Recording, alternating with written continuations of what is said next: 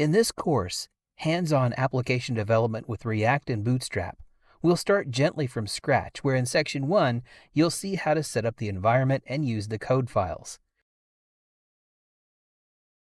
In Section 2, I'll show you how to quickly create your project using Create React App, a popular tool for setting up a new site or app without having to worry about a lot of configuration details.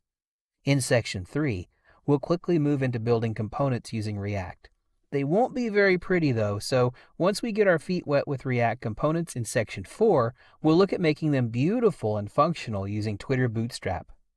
Finally, in Section 5, we'll build a full application featuring a website that sells flying cars, which will include all the most popular interactions found on most sites and applications, which will give you lots of practice so you can apply the skills you learn to your everyday work. So whether you're gearing up for a new project or just want to enhance your resume with the most popular buzzwords in the industry right now, we've got you covered.